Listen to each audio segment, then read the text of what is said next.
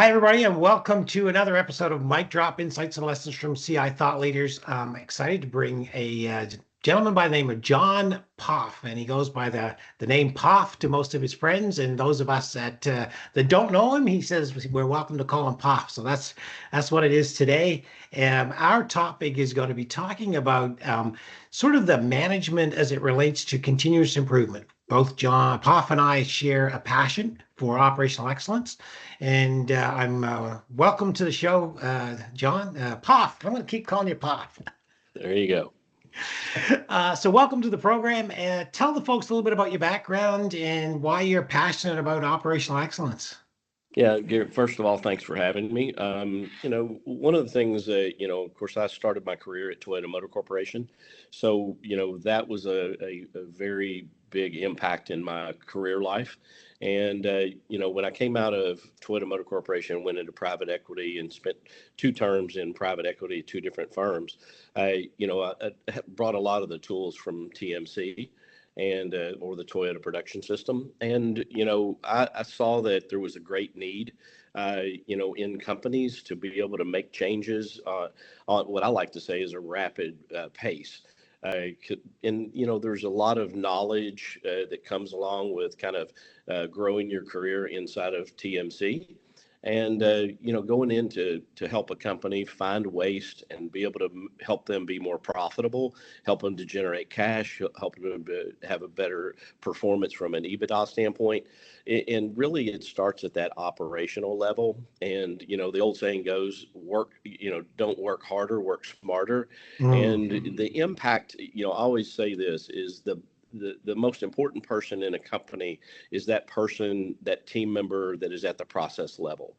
If you can get them, moving in the right direction, making their process life better, it really makes a positive impact for the company, because then you have engagement with the team members or the employees or techs, whatever you want to call them, and to be able to positively impact their life, but also to positively impact the business itself. And what does all that mean? Well, you prepare that company by making these changes. Yes, they generate more cash and they're more profitable, but you also position them to be prepared for growth.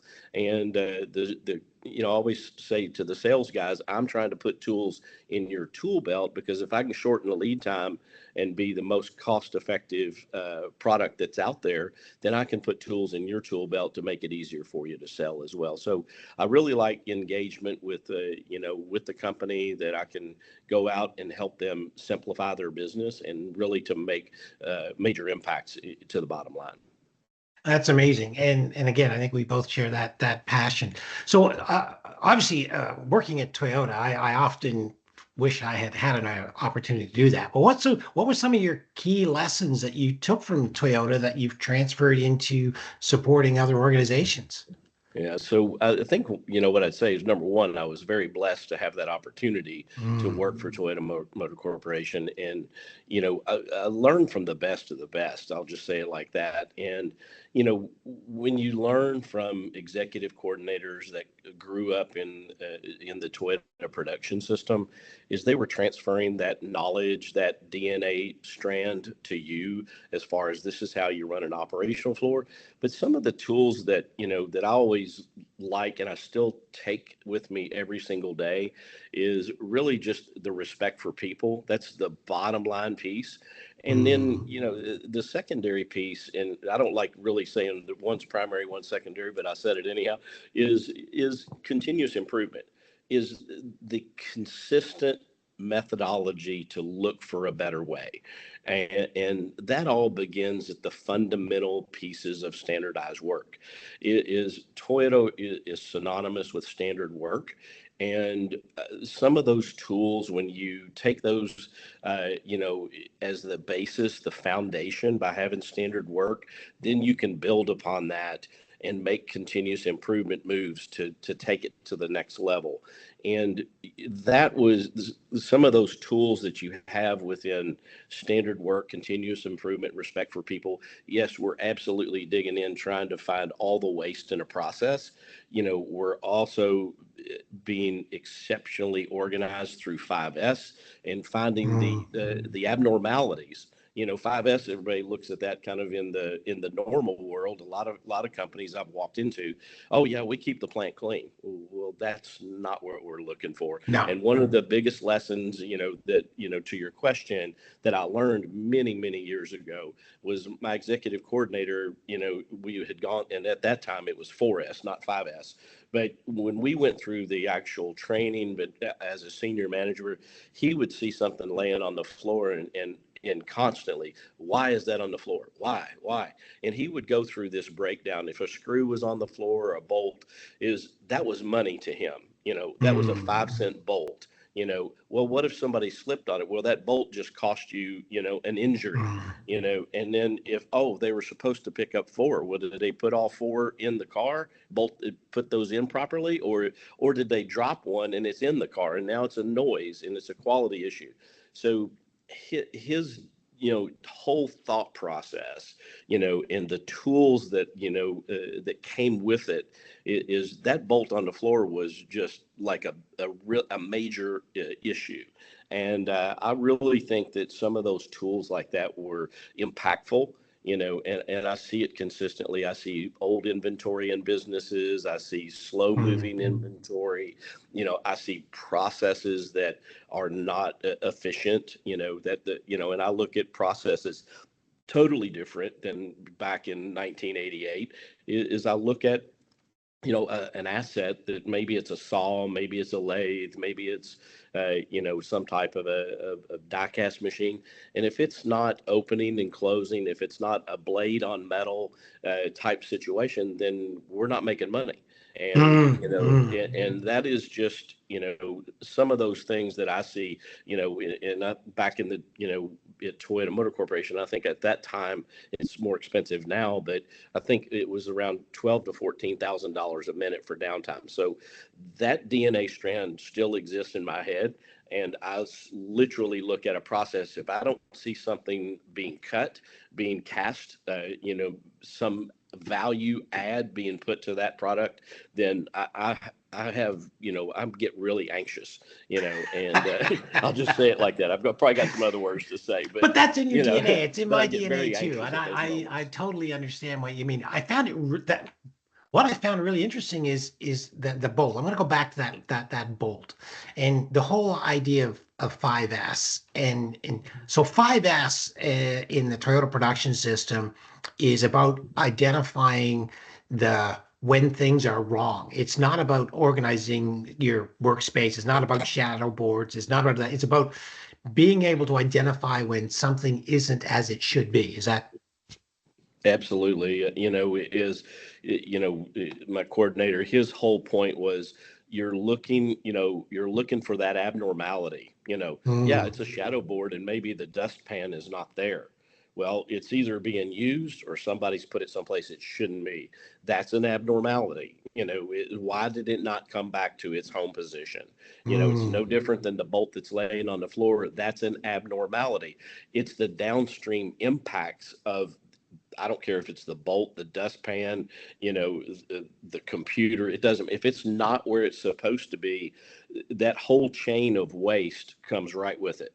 And, you have to go look for it. Why is it not where it's at? And then you have, just this tremendous amount of muda or waste that because of somebody dropped a bolt or the dustpan's not where it's supposed to be, it just creates a whole nother scenario of issues. And, is a very big impact point, for me, as, being a student of TPS. And, and it was just a continuous learning, from the very beginning of my career and even today. I mean, I say to a lot of people, I don't ever want to be considered, expert. I don't ever want to be considered a master of, because the thing is that tells me I've hit the target. I'm at the highest level possible. My mind says, continue to improve, look for something more, and, that's just how I'm wired. It doesn't mean that that's in a book, that it's not textbook, but it's just how I'm wired, that I'm always looking for a better way. And I'm likewise. Yes, I was, trained as a master black belt, but I I learn every single day. If you're enjoying this episode of Mic Drop Insights and Lessons from CI Thought Leaders, be sure to like, subscribe, add your comments. We'd love to hear them. I totally get it. What I also found interesting was when you're talking about the root cause as to the 5 why. I want to talk about the 5 whys because when the bolt's on the floor, the first thing you said is why, and then why, and then why. So talk a little about the 5 why approach to your use of it in your world, both at Toyota and every day. Yeah, it's working with a lot of various companies, all over, North America, and, I've worked with companies all over the globe for that matter. But, when we talk about 5 whys, is really getting down to, the root cause of what the issues are, and, you see it is very textbook, 5 whys, and then also running back up the chain, utilizing therefore, and, you may take the bolt that's on the floor, but, it's applicable, to any situation with a piece of equipment, even is, looking at, why is a piece of equipment not running? Why? Because there's no material on it. Why? The material handler is not in position. Why? Because there was a shortage. Why? The vendor was late with delivery. Why? Well, it was ordered late, and when you get to the root cause, and let's just say that for this example, we ordered late. Well, why did we order late? And you get to that point of cause, root cause, and you say, okay, what happened? How come this signal didn't go off for, he or she to make that order? It's one of those pieces that I think that, companies, I think that they can utilize a 5-way mentality or 5 why mentality to execute at a higher level. A guy that I'm working with currently is, and he gives me a hard time because I always say, how come I don't have blade on metal? And blade on metal tells me I'm making money, and I literally will look at him and say, why? And it can be can be varying reasons as to why not. But in kind of the way to look at it from my perspective is like I should make sure that I'm always pre-staged to have material waiting to where as soon as that product comes off of the saw, the next piece of material is going on to the saw. So it's a continuous feed. And for some companies that's a totally different thought process. No, you're absolutely right. So most of your work is in the manufacturing world, or do you do this type of thought process in, transactional or service environments? Yeah, so this has been kind of a journey, from TMC through private equity.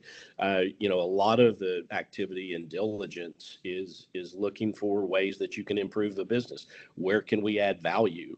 So in private equity, obviously a lot different than Toyota Motor Corporation. Right. But the thing is you can go look at a business and coming from TMC is you can look at it and go, okay, what can we fix, in the first 100 days of ownership? So we may look at it and say, look, we can streamline this process, to where maybe the labor content is 20% less. And we look at, where we can apply a lot of the 7 wastes and look at inventory. You want to look at, your machines being idle. You want to look at overtime. You want to look at all aspects. So, in a diligence process, you try and identify all of those aspects that you can really make a big impact, to a business that might be something that's, for purchase in the future. And, and what can you do to streamline it? And it revolves around, I think the simplistic way to look at a lot of those pieces is a lot of it is 7 waste. And it encompasses, like I said, the production, you're overrunning, putting too much material in finished goods, or you've purchased too much raw material, or you have too much in WIP because of various reasons. The equipment's not running efficiently. And there's a lot of ways and a lot of tools that you can utilize to be able to impact the business, from a service standpoint, in private equity. So, but, to my point is that's applicable in pretty much a manufacturing scenario. It's applicable in distribution.